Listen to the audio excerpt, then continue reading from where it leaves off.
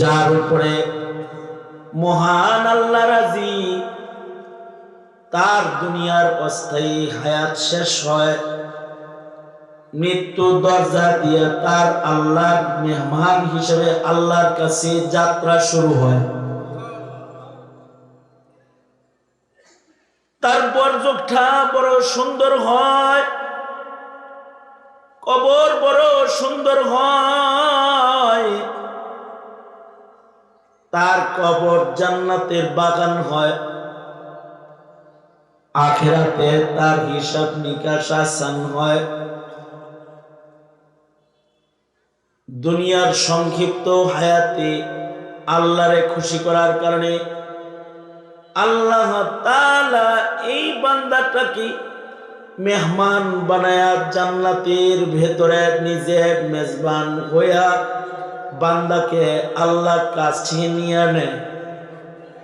ইন্নাল্লাযীনা ক্বালু রাব্বুনাল্লাহ সুম্মা ইসতাকামু তাতানাজ্জালু আলাইহিমুল মালায়েকা تتنزل عليهم الملائكة ألا تخافوا ولا تحزنوا وأبشروا بالجنة التي كنتم توعدون نحن أولياؤكم في الحياة الدنيا وفي الآخرة ولكم فيها ما تشتهي أنفسكم ولكم فيها ما تدعون نزلا من غفور رحيم. وقال النبي صلى الله عليه وسلم كل أمتي يدخلون الجنة إلا من أبى قيل من يأبى يا رسول الله قال من أطاعني دخل الجنة ومن عصاني فقد أبى أو كما قال عليه الصلاة والسلام. اللهم صل على محمد وعلى آل محمد كما صليت على إبراهيم وعلى آل إبراهيم إنك حميد مجيد. اللهم بارك على محمد وعلى آل محمد كما باركت على إبراهيم وعلى آل إبراهيم إنك حميد مجيد. الحمد لله. বরকতের নিয়তে আমি আয়াত হাদিস আপনাদের সামনে পেশ করেছি। কিছু কথা আপনাদের সামনে বলা, আল্লাহ তাআলা কিছু উপকারী কথা আপনাদের কানে পৌঁছানোর তৌফিক দান করেন। আপনারা দোয়া করুন, বলুন আমিন। আল্লাহ পাকের তৈরি তিনটা আলম, আমরা এখন যে আলমে আছি এই আলমের নাম আলমে দুনিয়া। দুনিয়াটা স্থায়ী থাকার জায়গা নয়, আমাদের স্থায়ী বসবাসের আলম হলো আলমে আখিরাত, জান্নাত।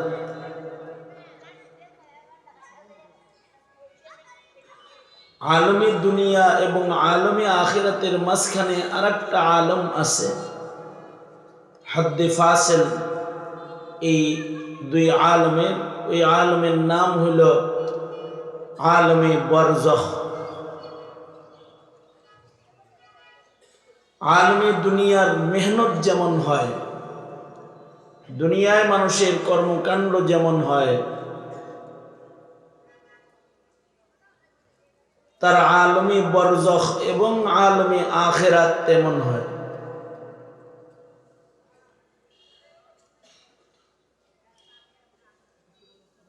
দুনিয়া থেকে যদি কেউ আল্লাহ পাককে খুশি কইরা আলমে বরজখের পথে যাত্রা করতে পারে, তাহলে আলমে বরজখ তার জন্য জান্নাতের বাগান হয়, কবরও জান্নাতের বাগান হয়। হাসরে আল্লাহ তাআলা তাকে স্থায়ী খুশি দান করবেন, জান্নাতের চিরস্থায়ী হায়াত, চিরস্থায়ী নিয়ামত আল্লাহ তাআলা বান্দাকে দিয়ে দিবেন, যে আলমে দুনিয়াতে আল্লাহরে খুশি করে দেবে।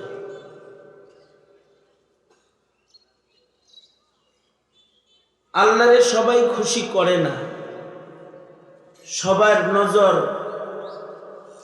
আল্লাহ পাককে খুশি করার দিকে হয় না। কেউ আছে সারা জনম দুনিয়ার হায়াতটা খালি বউ বাচ্চা নিয়েই, তাদের সুবিধা অসুবিধা, তাদের খুশি, এটা খেয়াল করতে করতেই তার শেষ হয়ে যায়। আল্লাহ খুশি না নারাজ ওই দিকে খেয়াল করে না। কেউ আছে তার দলরে খুশি করতে করতেই সে মরে যায়, আল্লাহরে খুশি করার কাজ করার সময় দুনিয়ার হায়াতে তার হয় না, ওইদিকে তার নজরই যায় না।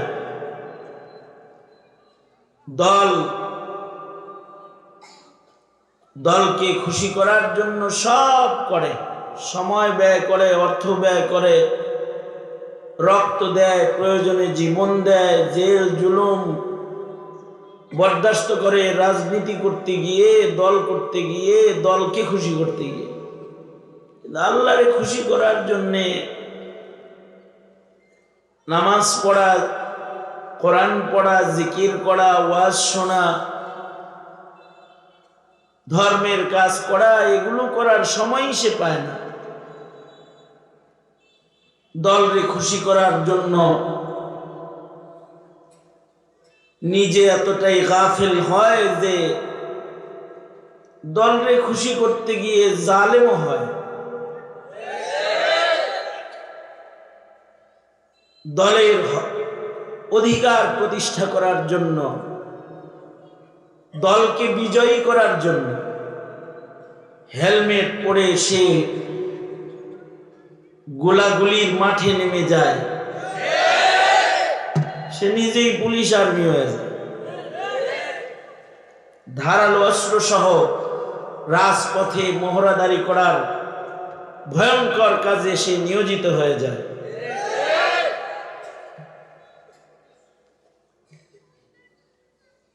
আল্লাহ পাকের বিধান প্রতিষ্ঠা করার চিন্তা তার আসে না, আল্লাহর জমিনে আল্লাহর খেলাফত প্রতিষ্ঠার ভাবনা তার হয় না।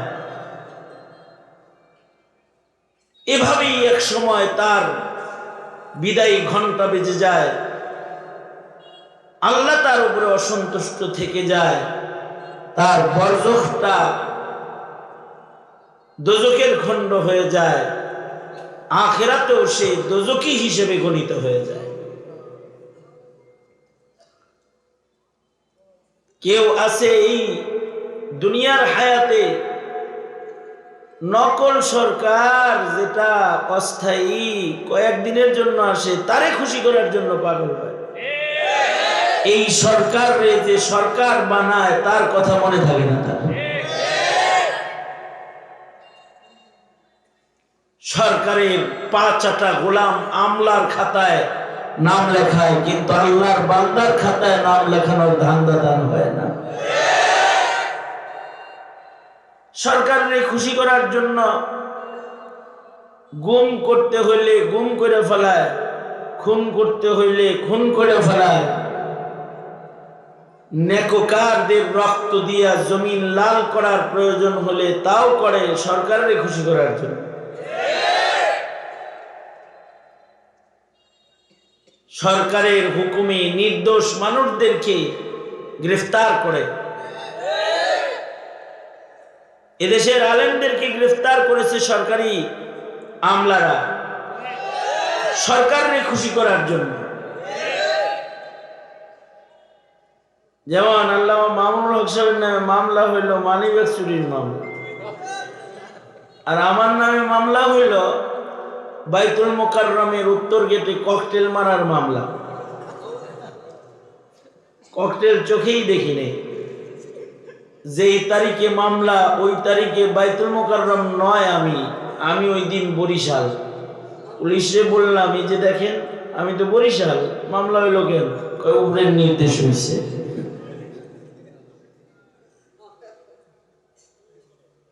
উপরের নির্দেশ মানে সে সরকারকে খুশি করার জন্য নির্দোষ মানুষকে দোষী বানাইবার কাগজ রেডি করছে, গ্রেফতার করেছে, অত্যাচার করেছে, রিমান্ডে ভয়াল অত্যাচার, ভয়ানক নির্যাতন আলেম ওলামাদেরকে সরকারি পুলিশরা করেছে। আমাদের মাদ্রাসার ছাত্রগুলার হাতের নখ প্লাস দিয়ে টাইনা খুলে গেছে, কারে খুশি করার জন্য? সরকারের খুশি করার জন্য। আবার জেলের ভেতর থেকে ফাঁসির আসামিকে পাহারা দিয়ে বিদেশ পাঠায় দিছে সরকারের ইশারায়, হুকুমে। সরকার খুশি কিনা এটা দেখে, কিন্তু আল্লাহ খুশি কিনা এটা দেখার টাইম তাদের নাই। সরকার তাদের পুরস্কারও দিছে, যারা ছিল পুলিশে করে ওসি বানাই দিছে, যারা ছিল ওসি তাদেরকে আরে কি দিছি বাহিনী প্রধান বানাই দিছে, ডিআইজি বানাই দিছে, ইউনো থেকে এডিসি ডিসি হয়ে গেছে। সরকারের 5 গোলামি করার কারণে আবার এরা যত আকাম করেছে তাদের আকামগুলোকে সরকার ঢাকার জন্য তাদেরকে গোল্ড মেডেল দিয়া তাদের আকাম ঢাকার চেষ্টাও করেছে। নিষ্ঠাবান কর্মচারী, এই জন্য সে পুরস্কার পাওয়ার উপযুক্ত। জাতির চোখে ধোঁকা দিয়া তাদের সম্মানের চেয়ার দেওয়ার চেষ্টা করেছে, আর তারা সরকারকে খুশি করেছে, কিন্তু মহান আল্লাহকে নারাজ করেছে। আবার কিছু মানুষ আছে তারা ভিনদেশি দাদাদেরকে খুশি করার মেহনত করেছে, তাদের উপরে দাদারা খুশি, কিন্তু আল্লাহ নারাজ। যেমন শেখ হাসিনা মোদি দাদারে খুশি করার জন্য আলেমদেরকে হত্যা করেছে, শহীদ করছে। ব্রাহ্মণবাড়িয়াতে গুলি করে সাধারণ মানুষকে মেরেছে, আলেম তালেবুল ইলমদেরকে শহীদ করেছে। হাটহাজারীতে গুলি করে মানুষ শহীদ করেছে। কারে খুশি করার জন্য? আল্লাহরে না মোদিরে?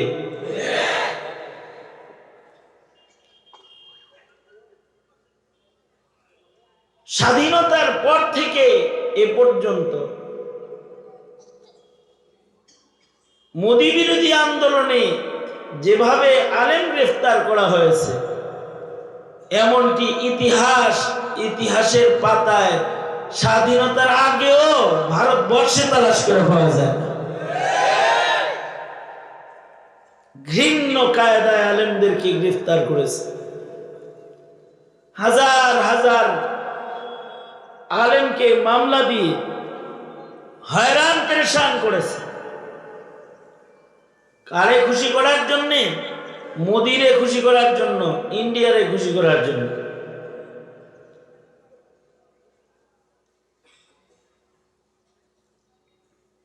মুসলমানদের সিলেবাসে আক্রমণ করে সিলেবাসের ভেতরে হিন্দুত্ববাদ ঢুকায়েছে, গোমাতা ঢুকায়েছে ইন্ডিয়াকে খুশি করার জন্য।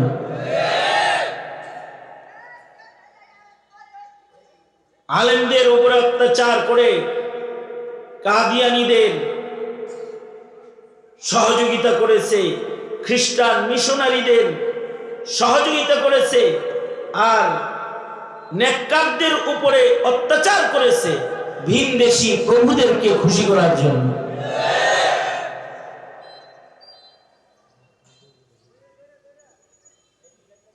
আলেমদেরকে জেলখানায় আর নাস্তিকদেরকে সংসদে নিয়েছে। যারা নেকির কাজ করে তাদেরকে জঙ্গি বলে গালি দিয়েছে, আর যারা নর্তকী, গান বাদ্য অভিনয় নষ্ট কর্মের সাথে যারা জড়িত তাদেরকে সংসদ সদস্যের পদ দিয়ে সংসদে বসাইছে। এগুলোর মাধ্যমে তারা ভিনদেশী প্রভুদেরকে খুশি করেছে। অবশ্য মানুষদেরকে বুঝাইছে আমরা কিন্তু খুব ক্ষুধাবিদ, মাইক পাইলেই আওয়ামী লীগের নেতারা আল্লাহ খোদার কথা না কইয়া শেখ হাসিনার কথা কইছে। তাদের নেত্রী ডেলি 80 রাকাত নফল নামাজ পড়ে, প্রতিদিন 5 পারা 3 পারা কোরআন শরীফ পড়ে। তারা ইজতেমার জায়গা দিয়েছে, তারা ইসলামিক ফাউন্ডেশন করেছে, তারা কওমি সনদের স্বীকৃতি দিয়েছে। তাদের নেত্রী হিজাব পরে, পর্দা করে, ফুল হাতা জামা পরে, প্রতি উপজেলা একটা করে মডেল মসজিদ নির্মাণ করেছে। এই সকল গুণগান তারা হরদম গেয়েছে, জাতিকে বুঝাইছে যে আমরা ইমানদার পাক্কা। জাতিকে বুঝাইছে শেখ হাসিনার সাথে আল্লাহর সাথে খুব ভালো সম্পর্ক, কিন্তু 5 তারিখে আমরা দেখলাম আল্লাহর সাথে সম্পর্ক মোটেই ভালো না, তবে দিল্লির সাথে সম্পর্ক খুব ভালো।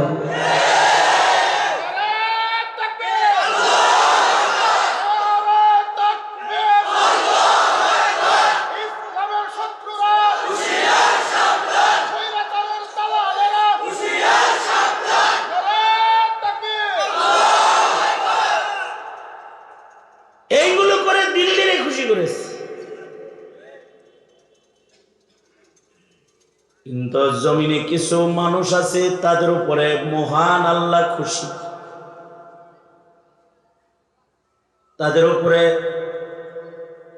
কাফেররা নারাজ, শয়তানরা নারাজ, হতে পারে তাদের উপরে সরকার নারাজ, হতে পারে তার পরিবারের লোকেরা তার উপরে নাখোশ, ছেলে বিরক্ত, কারণ তারা গুনাহ করার স্বাধীন চলার পরিবেশ সে দেয় না, বিবির উপরে পর্দা পুশিদা দিনদারির প্রেসার দেয়, ইচ্ছা মতো চলতে দেয় না। হতে পারে সমাজের মানুষের হক আদায় করার মতো খুব বেশি সুযোগ সময় সে আড্ডা দেওয়ার পায় না, কিন্তু তার জিন্দেগি বড় হিসাব নিকাশ ওয়ালা। সে আল্লাহর হুকুম অমান্য করে না, আল্লাহ পাককে অসন্তুষ্ট করে না, মহান আল্লাহ তার উপরে রাজি। যার উপরে মহান আল্লাহ রাজি, তার দুনিয়ার অস্থায়ী হায়াত শেষ হয়, মৃত্যু দরজা দিয়ে তার আল্লাহর মেহমান হিসেবে আল্লাহর কাছে যাত্রা শুরু হয়। তার বরযোগটা বড় সুন্দর হয়, কবর বড় সুন্দর হয়, তার কবর জান্নাতের বাগান হয়, আখিরাতে তার হিসাব নিকাশ আসান হয়। দুনিয়ার সংক্ষিপ্ত হায়াতে আল্লাহরে খুশি করার কারণে আল্লাহ তাআলা এই বান্দাটাকে মেহমান বানায়া জান্নাতের ভেতরে নিজে মেজবান হইয়া বান্দাকে আল্লাহর কাছে নিয়ে নেয়। এই যে মানুষগুলা আছে তাদের দুনিয়ার জীবন সফল, তারা তাদের হায়াতে তাদের রবকে রাজি করতে পারছে, মহান আল্লাহ তাদের উপরে খুশি। এরা হলো বস্তুত দুনিয়ার জিন্দেগিতে চালাক চতুর বুদ্ধিমান মানুষ। এরা দুনিয়ায় থাইকা দুনিয়ার ধান্দা করে নাই, থাকছে দুনিয়ায়, যেখানে তারা যাবে ওই জায়গাকে তারা গঠন করেছে। তাদেরকে আল্লাহর রাসূল বলেছেন এরা হলো বুদ্ধিমান। আল কাইসু মান দানা নাফসাহু ওয়া আমিলা বিমা বা'দাল মাউত। এই যে কেউ আখিরাত গঠন করবে অথবা আল্লাহকে খুশি করবে, এর জন্য তাকে ঈমানদার হতে হবে এবং ঈমানের দাবি পূরণকারী মুমিন হতে হবে। শুধু ঈমানওয়ালা হইলেই হবে না, ঈমানের দাবি পূরণ করে ইস্তেকামতের সাথে মুমিন হিসেবেই আল্লাহর কাছে নিজেকে পেশ করতে হবে।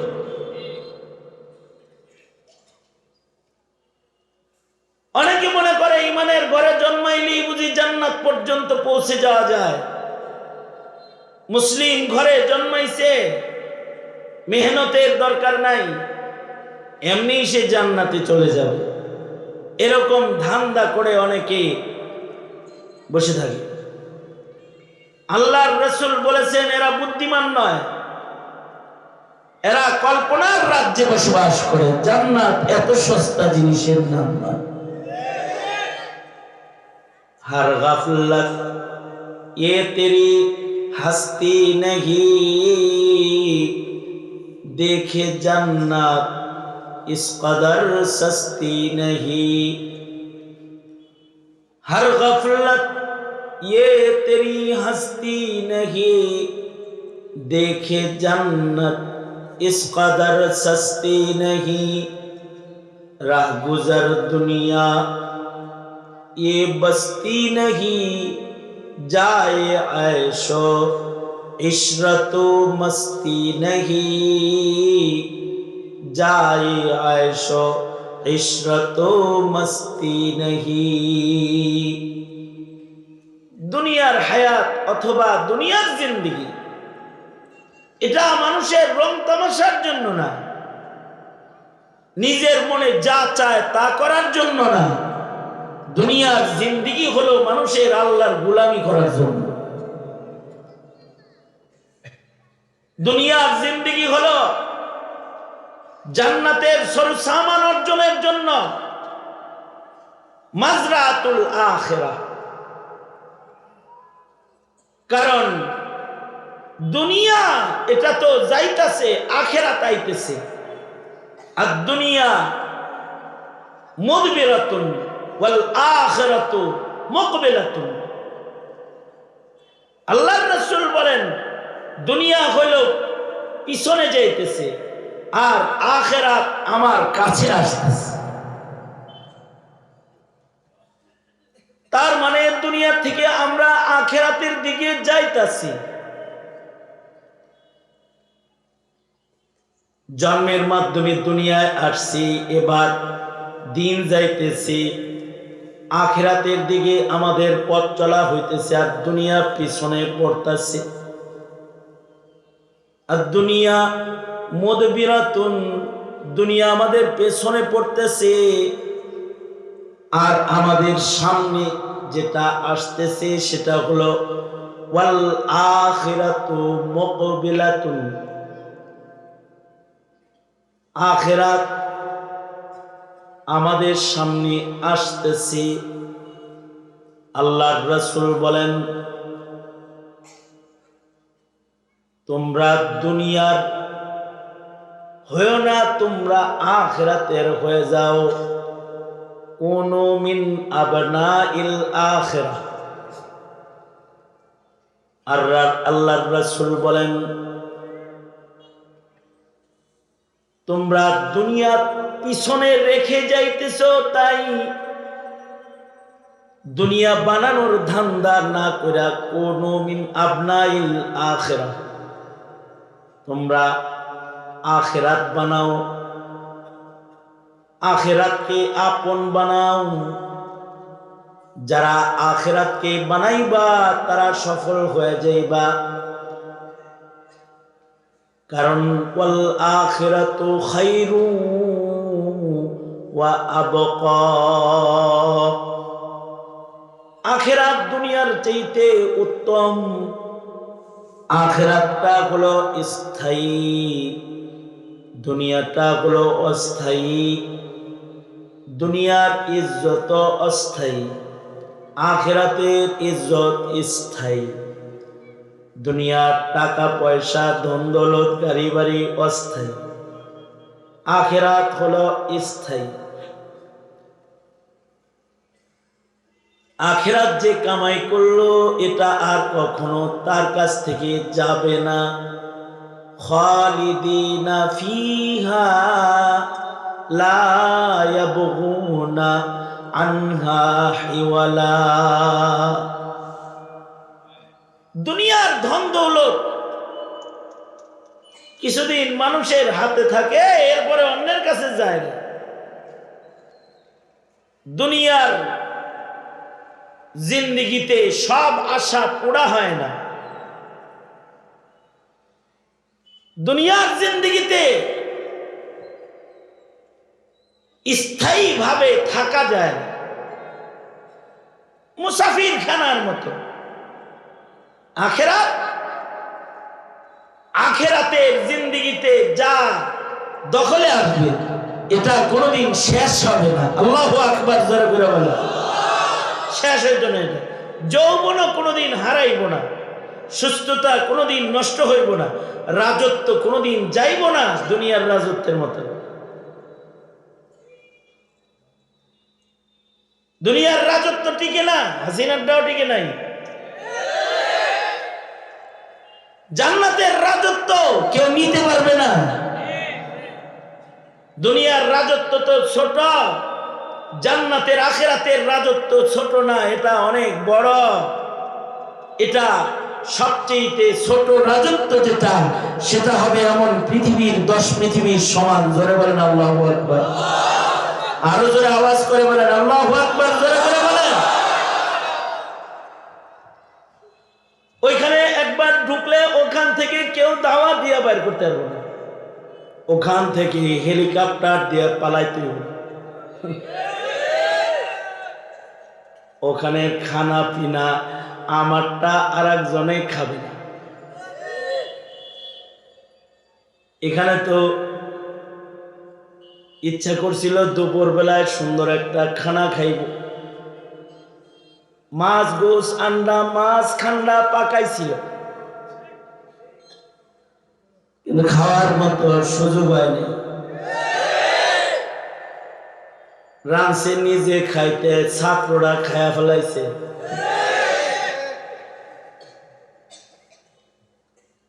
বাড়িটা ভাঙা ফেলাইছে, রাজবাড়ি কোন ভবন ভাঙা ফেলাইছে। জান্নাত কেউ ভাঙতে পারতো না। জান্নাতের রাজমহল থেকে কেউ বের করতে পারবে না। লা ইয়াবগুনা আনহা হিওয়ালা। গণভবন থেকে বের করে দিছি, জান্নাত থেকে কেউ বের করতে পারবে না। দুনিয়ায় মনের আশা পুরা হয় না, জান্নাতে যা ইচ্ছা করবে, কল্পনা করবে, তাও পুরা হবে। আল্লাহ বলেন, ওয়ালাকুম ফিহা মা তাশতাহি আনফুসুকুম ওয়ালাকুম ফিহা মা তাদউন নুজুলাম মিন গফুরির রহিম। যা কল্পনা করবে তাও পুরা হয়ে যাবে। চেষ্টা করছে, থাকতে পারে নাই। রান্না করছে খাওয়ার জন্য, খাইতে পারে নাই। আখিরাতে ইস্তেহা করলে তাও সামনে আসবে। পাখি উপর দিয়ে উঠতেছে, মনে মনে কল্পনা করবে, হায় রে, এই পাখির কাবাবটা যদি খাইতে পারতাম মজা লাগতো। কল্পনা করার সাথে সাথে আকাশে উড়ন্ত পাখি কাবাব হয়ে দস্তরখানে তার সামনে হাজির হয়ে যাবে। সুবহানাল্লাহ আওয়াজ করে কোন, সুবহানাল্লাহ আওয়াজ করে কোন। সুবহানাল্লাহ বললে নেকি আছে। মাহফিলে আসেই মানুষ সুবহানাল্লাহ, আলহামদুলিল্লাহ, আল্লাহ বিল্লাহ, নারায়ে তাকবীর, আল্লাহু আকবার, এগুলো বলার লাগে। কারণ এতে খুশি হয় কে? জোরে আওয়াজ করে বলেন, বলেন আওয়াজ করে আলহামদুলিল্লাহ, বলেন সুবহানাল্লাহ, বলেন লা ইলাহা ইল্লাল্লাহ।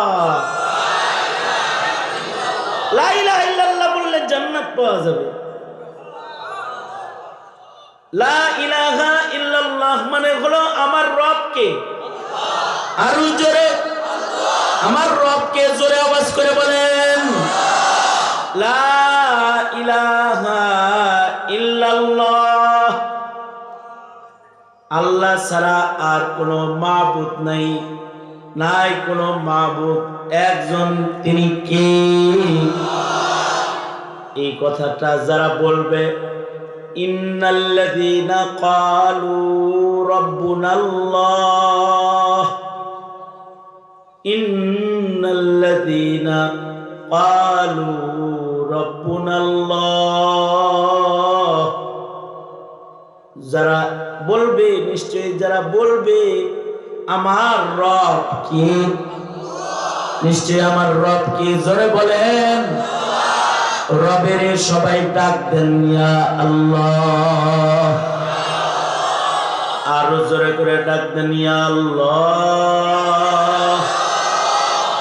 ওই রবের বরত্ব বলে আওয়াজ করে বলেন আল্লাহু আকবার, আরো জোরে বলেন আল্লাহু আকবার। আল্লাহর বরত্ব জোরে বর্ণনা করা এটা একটা সুন্নত আমল। কারণ আল্লাহু আকবার জোরে বললে ঈমান বেড়ে যায়।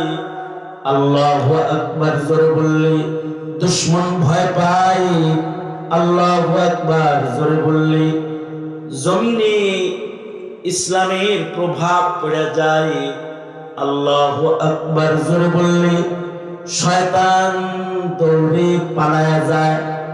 যতদূর আল্লাহু আকবারের আওয়াজ যায় শয়তান তত দূরে চলে যায়।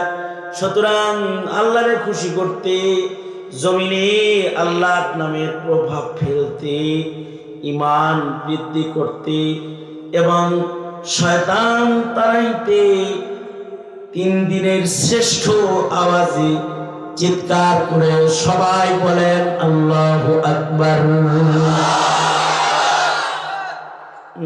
এটা শ্রেষ্ঠ আওয়াজ দিয়েছেন 3 দিনে, কি কথা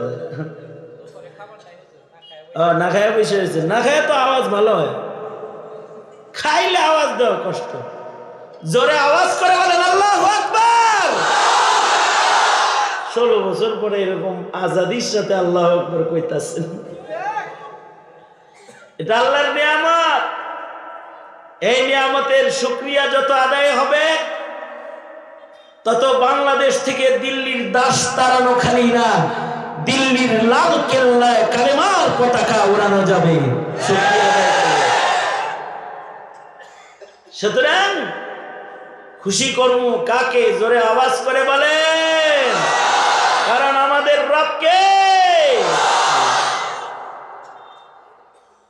এই কথার কিছু দাবি আছে, আমার রব আল্লাহ, সুতরাং আল্লাহর গোলামি ছাড়া আমি আর কোন কারোর গোলামি করব না। ব্যক্তির গোলামি করা যাবে? জোরে বলবেন। ইমানি কথা, এর প্রত্যেকটা শব্দের সাথে ইমানের সম্পর্ক। আল্লাহর গোলাম কোন নেতার গোলাম হইতে পারে? আল্লাহর গোলাম কোন দলের গোলাম হইতে পারে? আল্লাহর গোলাম কি চাকরির গোলাম হইতে পারে? আল্লাহর গোলাম কি কাফের মুশরিকের কথায় চলতে পারে? আল্লাহর গোলামের সাথে সবচেয়ে বেশি সম্পর্ক হবে আল্লাহর লগে, কারণ সে আল্লাহর গোলাম। তার সম্পর্ক হবে কার লগে? জোরে বলেন, আল্লাহর লগে। আল্লাহর গোলাম হয়েছে, আল্লাহর গোলামি ছাইরা দিয়া গুনাহ করতে পারবে না, এটা কালেমার দাবি। ইস্তেকামাত। মাজার পূজা করে না, কবর পূজা করে না, দল পূজা করে না, দাদা বাবুদের পূজা করে না, আল্লাহর হুকুমে চলে, আল্লাহর গোলামি করে। এ কারণেই শয়তান খুশি হয় এমন কোনো কাজে সে যায় না, সে গানে যায় না, সে পূজায় যায় না। কি যেই মুসলমান পূজায় যায় সে কালেমার উপরে অটল না।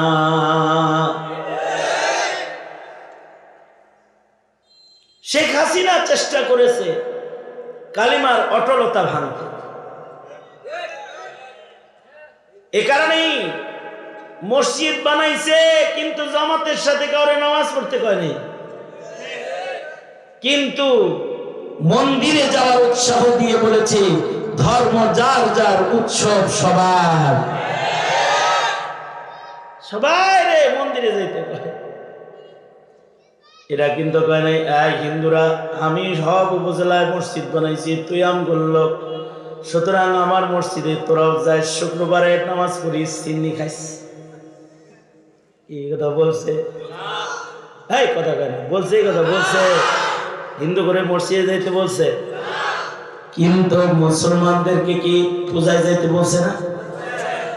বোঝা যায় একাত্মবাদ প্রতিষ্ঠা করতে চায় না, প্রতিষ্ঠা করতে যায় হিন্দুত্ববাদ। আওয়াজ করে জোরে বলেন ঠিক না বা ঠিক? জোরে বলেন। যারা পূজায় যাবে তাদের ঈমান কি থাকবে না চলে যাবে?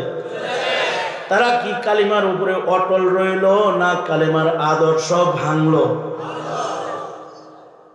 যারা কালিমার আদর্শ থেকে সরে দাঁড়ালো তাদের উপরে কি মহান আল্লাহ খুশি না নারাজ? শুধুই মাত্র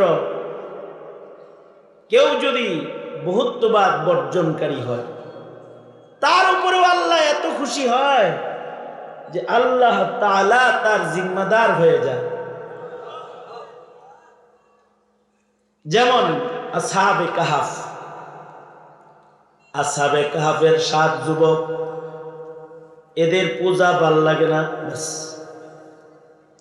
এইটাই তাদের গুণ যে তাদের কি ভাল লাগে না, বলেন কি ভাল লাগে না? কিছু মুসলমান আছে ওদের ওয়াজ ভাল লাগে না, তাফসীর ভাল লাগে না, ওর পূজা ভাল লাগে, একতারা দুতারা টুনটুনা টুনটুন এগুলো ভাল লাগে। আসহাবে কাহাফের গুণ হলো জালিম রাজা মূর্তি পূজার মেলা দিছে। এই মূর্তি পূজার মেলা শহরে গানের আওয়াজ তাদের ভাল লাগে না। তারা জাতীয়ভাবে যে পূজা হইতেছে পূজার আসর থেকে বের হয়ে পাহাড়ি এলাকায় চলে গেছে। বাদ্যের আওয়াজ যেন কানে না যায়, তারা একটু জিক্র আজকার করবে, তারা এক আল্লাহ পাইতে চায়। কেউ কিন্তু কাউকে চিনে না, একজন একজন করে শহর থেকে বাইর হয়ে যায়। আপনারা যেমন 100 গ্রাম থেকে একত্রিত হয়েছেন, ঠিক ওরকম 7 গ্রামের 7 যুবক এক গাছের ছায়ার নিচে এসে একত্রিত হয়েছে। এবার একজন আর একজনকে জিজ্ঞাসা, এই শহর থেকে আইসিস কে রে? বোঝা ভাল লাগে না, এ বহুত্ববাদ ভাল লাগে না, আমি একাত্মবাদ বিশ্বাসী। আল্লাহু আকবার জোরে বলেন। আর একজন, তুই আইসিস কি লাগে রে? আমারও এই মূর্তি পূজা ভাল লাগে না।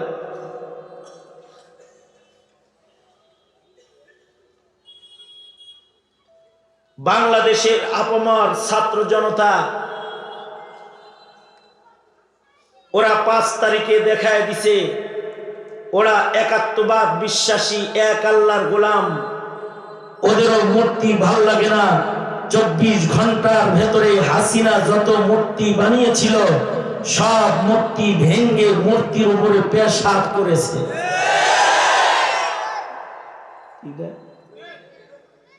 কারণ এটা তো শাহজালালের দেশ। এটা কি রামবাবুকে দেশ পাইছ? এটা আলেম ওলামার দেশ, এটা ইমানদারের দেশ। ঠিক না বেঠিক? জোরে আওয়াজ করে বলেন। হাজার হাজার কোটি টাকার মূর্তি বানিয়েছিলে, হাজার হাজার কোটি টাকার মূর্তির মূল্য শাহজালালের দেশের ইমানদারদের কাছে 1 জাররা নাই। 24 ঘন্টার ভেতরে সব সাফ করছে, ভাইয়া পরিষ্কার করছে।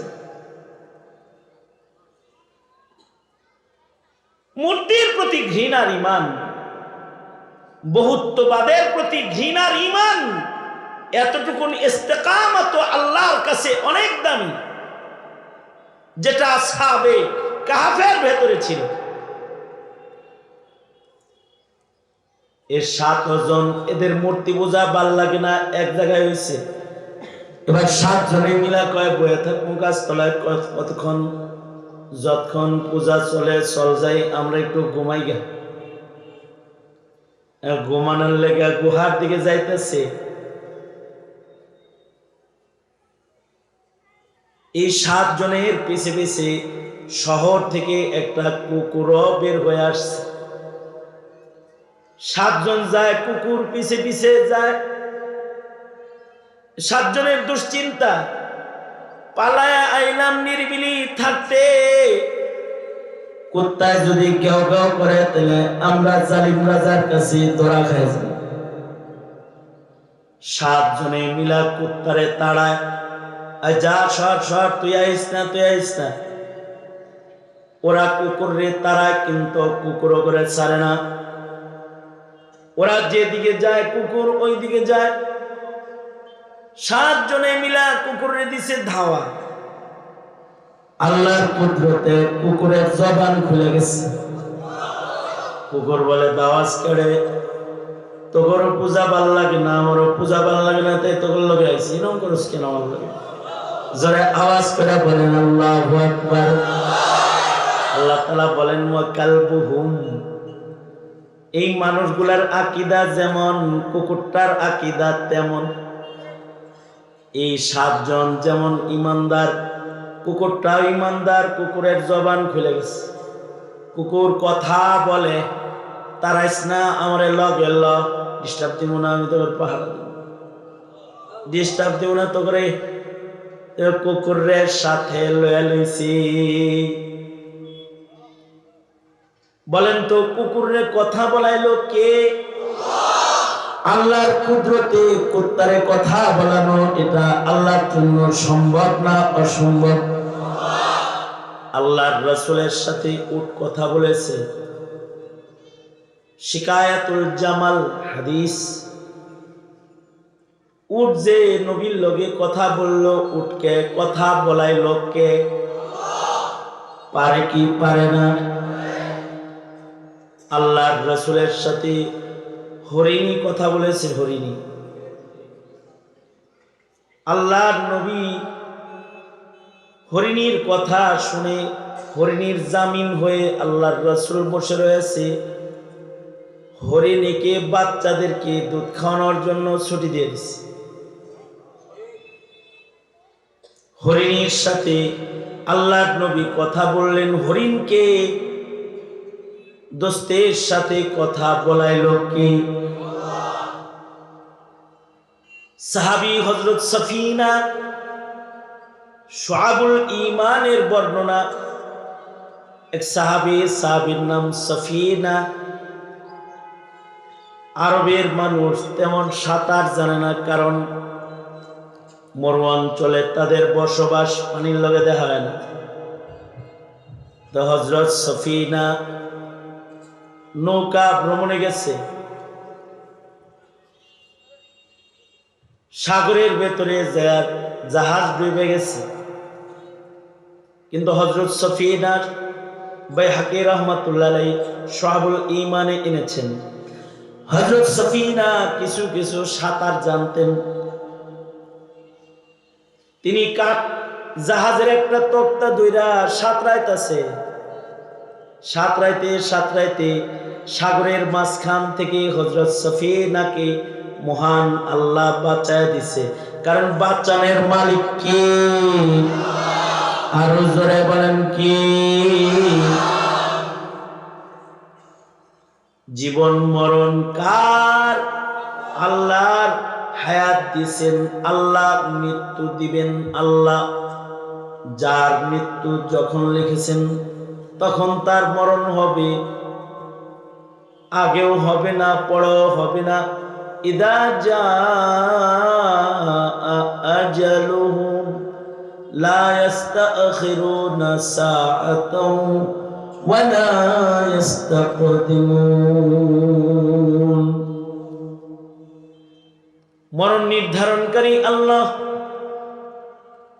আল্লাহ যদি কাউরে না মারে তো আগুনে ফেলাইলেও মরে না। ইব্রাহিম। আল্লাহ যদি কাউরে না মারে পানির ভেতরে, সাগরের নিচে, মাছের ভিতরে তারে মারে না। ইউনূস আলাইহিস সালাতু ওয়াস সালাম। আল্লাহ যদি কাউরে বাঁচায় রাখে তো দুনিয়ায় রাখা লাগে না, আসমানেও বাঁচায় রাখে। ঈসা আলাইহিস সালাতু ওয়াস সালাম। কারণ বাঁচানেওয়ালা কি? আরো জোরে আওয়াজ করে বলেন, বাঁচানেওয়ালা কি? তো হযরত সফিনা সাগরের ভিতরে বাচ্চা গেলেন, বাঁচায় দিলেন আল্লাহ। এবার তক্তা ধইরা সাঁতরাইতে সাগরের তীরে চলে আসছে। কিন্তু ভাগ্যটাই এমন, বাদশা যে তীরে আসছে এই তীরটা হলো জঙ্গল তীর। যেই জঙ্গলের ভেতরে অনেক বাঘ আছে। একদিক দিয়ে পানির থেকে একটু উপরে উঠছে, আর জঙ্গল থেকে বাঘ একটা সামনের দিকে থাবা দেওয়ার জন্য আসছে। এখন ওনারা ধরব। ইমাম বাইহাকী বর্ণনা করেন, হযরত সফিনা তিনি খুতবা দেওয়া শুরু করছেন। সাহাবীর মতো খুতবা দিতেছে আর কি। সাহাবী যুদ্ধে যা জঙ্গলের ভিতরে উঁচু জায়গায় দাঁড়ায় কয়, এই জঙ্গলের প্রাণীরা সব চলে যা, আমরা নবীর সাহাবী। তোর কারণে আমাদের ডর লাগে বাইরে হয়ে যা। ঘোষণা দেওয়ার সাথে সাথে জঙ্গলের সব প্রাণীরা জঙ্গল খালি করে সাহাবীদের জন্য খালি করে দিচ্ছে। হযরত সফিনা উনিও খুতবা দিতেছে, আয় সাবধান সাবধান, আমার দিকে আসবি না, আমি মুমিন। কারণ মুমিনের ভয় নাই, চিন্তা নাই, মুমিনের জিম্মাদার কি? মুমিনের উপরে রহমত দান করেন কি? মুমিন রে ভয় থেকে দুশ্চিন্তা থেকে বাঁচাইব কে? ইন্নাল্লাযীনা ক্বালু রাব্বুনাল্লাহ সুম্মা ইসতাকামু তাতানাজ্জালু আলাইহিমুল মালাইকা আল্লা তাখাফু ওয়ালা তাহজানু। মুমিনকে নিশ্চিন্ত করার জিম্মাদার আল্লাহ, ফিদ দুনিয়া ওয়াল আখিরাহ, ওয়াল্লাহু ওয়ালিয়ুল্লাযীনা আমানু। ঈমানদারদের জিম্মাদার কে? ঈমানদারদের জিম্মাদার আল্লাহ। হযরত সফিনা বলে, আয় বাঘ সাবধান, সামনের দিকে আসবি না, আমি এক আল্লাহর গোলাম। চিনোস আমি কে? আমি আল্লাহর দোস্ত হাবিবুল্লাহর হাতে হাত রাখা কালেমা পড়া মুসলমান। আল্লাহু আকবার, জোরে করে বলো। সাবধান আসবি না, কিন্তু কথাটা খুতবাটা দেওয়ার সাথে সাথে বাঘের গরম থাবা নরম হইয়া বাঘটা সুন্দর ভদ্র হয়ে দাঁড়ায় গেছে। বাঘটা বলতেছে, আমিও তো, আমার নবীও তো সাইয়্যিদুল মুরসালিন, জংলায় থাকি, নবীরে দেখি নাই, যা যে চোখ রাসূল দেখছে তারে তো দেখলাম। এবার বাঘটা হযরত সফিনার পাশে যায় দাঁড়ায় গেছে। বাঘ দাঁড়ায় বলতেছে, সফিনা তুমি আমার পিঠের উপরে হাত রাখো আর আমার সাথে চলতে থাকো, কারণ আমি জঙ্গলের সর্দার। তুমি যদি আমার পিঠে হাত রাখো সবাই বুঝবে আমি তোমার অনুগত। জঙ্গলের অন্য হিংস্র প্রাণীরা তোমার উপরে আক্রমণ করবে না, আর আমি, তুমি নবীর সাহাবীকে জঙ্গল পার করে দেওয়ার জিম্মাদার।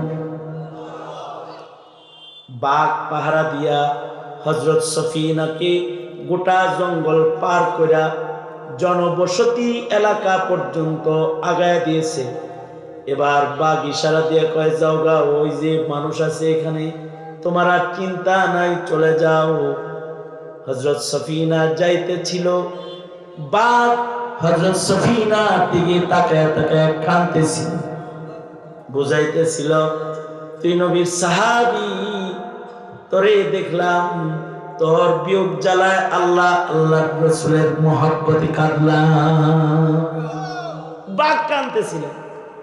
বাঘের যে কথা বলা এলো কে? ওরকম আসহাবে কাহাফের কুকুরও কথা বলে, কয় আমিও মুমিন। শুধুই মাত্র মূর্তি পূজা এটা অপছন্দ করার ঈমানের কারণে ৩০৯ বছর আসহাবে কাহাফকে আল্লাহ তাআলা ঘুম পাড়াইছেন, এবং ঘুমন্ত অবস্থায় আল্লাহ তাআলা কুদরতি রিজিক তাদের খাওয়াইছেন। ৩০৯ বছর পর ঘুম থেকে জায়গা তারা বাজারে গেছে খাওন কিনতে, যা দেখে টাকা চলে না। ৩০৯ বছর আগের টাকা ধরা খেয়ে গেছে। করতে এসেছিস? আমরা তো গোয়ার থেকে আইছি, গুপ্তধন পাইছিল, টাকা অনেক আগের। না না না, এগুলো আমাকে বাপদাদার পকেটের টাকা। এইগুলো তোরা তাহলে কোন রাজার আমলের লোক? কয় আমাদের রাজা অমুক। কয় তাহলে তো ঠিকই আছে। কয় এখন রাজা কি? কয় এখন এক মুসলিম রাজা। তার মানে ইমান নিয়ে ঘুমায় রইছে। ইমানদারের ঘুমেরও দাম আছে। আল্লাহ তাআলা সাতজন ইমানদারের ইমানি হিজরতের বদলায় 300 বছর পরে এক সময় আল্লাহ তাআলা কালিমার পতাকাকে বুলন্দ করেছে।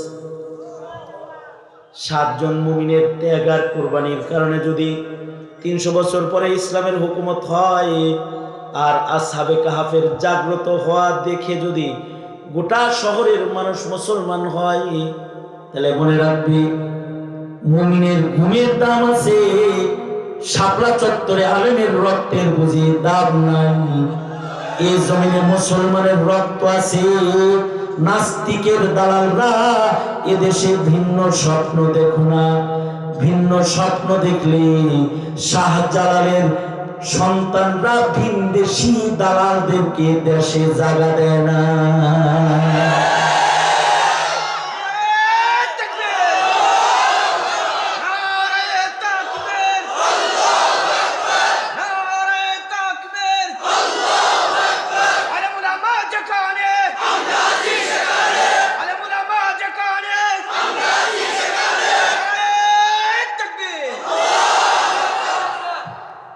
সুতরাং ইমানদারের জিম্মাদার আল্লাহ তখন হবে যখন ইমানদার ইমানে অটল রবে, ইমানের দাবি পূরণ করবে।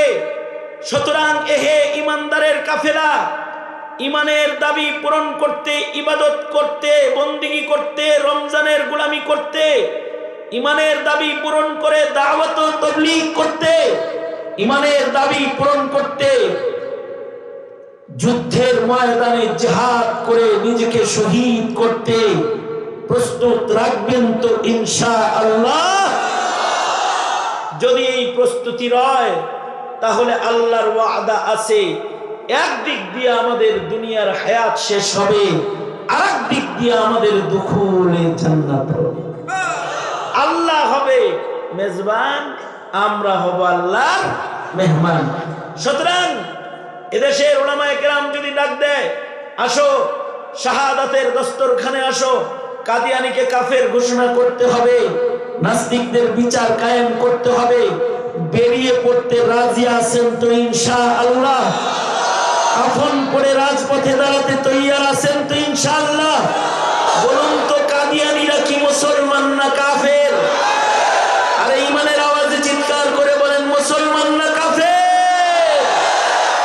কাফের কাফের কাফের কাফের। নবীর পরে নবী নাই, নবীর পরে নবী নাই। ফাঁসি ফাঁসি ফাঁসি চাই, নাস্তিক মুরতাদের ফাঁসি চাই, ফাঁসি ফাঁসি ফাঁসি চাই। আর আপা তো মাঝে মাঝে খবর পাঠায় উনি আসতেছে। আমরাও সরাতি সম্মেলন থেকে আপাকে দাওয়াত দিচ্ছি। আপা, আপনার জন্য আমরা সবাই অপেক্ষায় আছি। আপনি আইসা বলেন, আপনার ট্রাইব্যুনালে আপনার বিচার করা হবে যা যা কাম করেছেন। আইসা বলেন। আর একটা কথা মনে রাখতে হবে, আগামীর নির্বাচন অথবা আগামীর সরকার গঠন হবে ইসলামের সরকার, কোরআন সুন্নাহর সরকার, 17 কোটি মুসলমানের ঈমান রক্ষা করার সরকার, নাস্তিক মুরতাদ কাদিয়ানীর মতবাদকে দাফন করার সরকার। জোরে আওয়াজ করে জোরে বলেন, ঠিক না ঠিক? জোরে আওয়াজ করে বলেন। সুতরাং তৈয়ার থাকবেন তো ইনশাআল্লাহ? ভোটটা হুশ করে দিয়ে যার এজেন্ডা হবে কাদিয়ানীকে কাফের ঘোষণা করা, যার নির্বাচনী ইশতেহার হবে শিক্ষা সিলেবাসের সংস্কার করা, যার নির্বাচনী ইশতেহার হবে মুসলমানের মাটিতে উলামায়ে দ্বীন, মাদ্রাসা, তাকওয়া, তাহারা এই নিরাপত্তা বিধান করা, নাস্তিক মুরতাদের শাস্তি কায়েম করা, তার সাথে আছে। এক কথায় দুনাত তোলেন, এমনি এমনি করেন, যেই তবলিগে আলেম ওলামা নাই, হয় নাই? জোরে আওয়াজ করে বলবেন সেই তবলিগে আমরা নাই। যেই তবলিগে আলেম ওলামা নাই, যেই খানকায় আলেম ওলামা নাই, যেই রাজনীতিতে আলেমের সমর্থন নাই, লাথি মারি ওই রাজনীতির কপালে। মনে থাকবে তো ইনশাআল্লাহ? আল্লাহ কবুল করেন। আবহাওয়া চরম ভাবে মানে আমাদের অনুকূলে নয় যে হেলিকপ্টার নামতে পারে। হেলিকপ্টারটা যদি নামতো তাহলে জুনায়েদ আল হাবিব সাহেব 12টায় বয়ান করতেন, হাসান জামিল সাহেব জোহরের পরে বয়ান করতেন, আমরাও টাইম মতো হাজির থাকতে পারতাম। আমি ওনারে আগেই বলছিলাম জানুয়ারি মাসে এই হেলিকপ্টারের দরকার নাই, উনি আমার চাইতে বেশি অ্যাডভান্স। সঙ্গত কারণে বাদা জোহরের হাজিরা বাদাল আসর দিলাম।